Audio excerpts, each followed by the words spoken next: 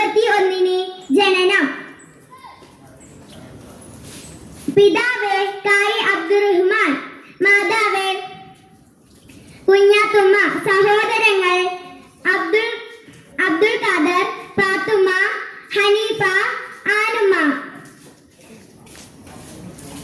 അബൂബക്കർ പ്രാഥമിക വിദ്യാഭ്യാസം നിർവഹിച്ചത് തലയോലപ്പറമ്പിലെ മലയാളം സ്കൂളിലും വൈക്കം ഇംഗ്ലീഷ് സ്കൂളിലും.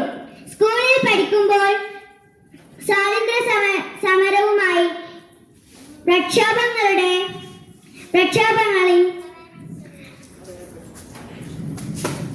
ഉപ്പു സത്യാഗ്രഹത്തിൽ പങ്കെടുത്തു. ജയിൽവാസം അനുഭവിച്ചു. തങ്കമാണ് പ്രസിദ്ധീകരിച്ച ആദ്യ കഥ. പ്രേമലേഖനം ആദ്യ നോവലും. ബഷീർ രചിച്ച പ്രധാന കൃതികളും നോവലുകളും വിവിധ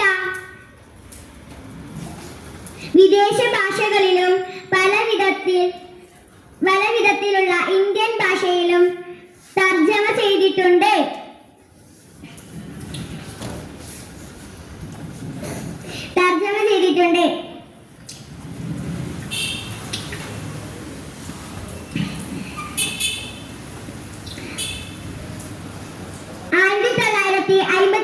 ഡിസംബർ 18 ഫാത്തിമ ബീബിയെ വിവാഹം കഴിച്ചു.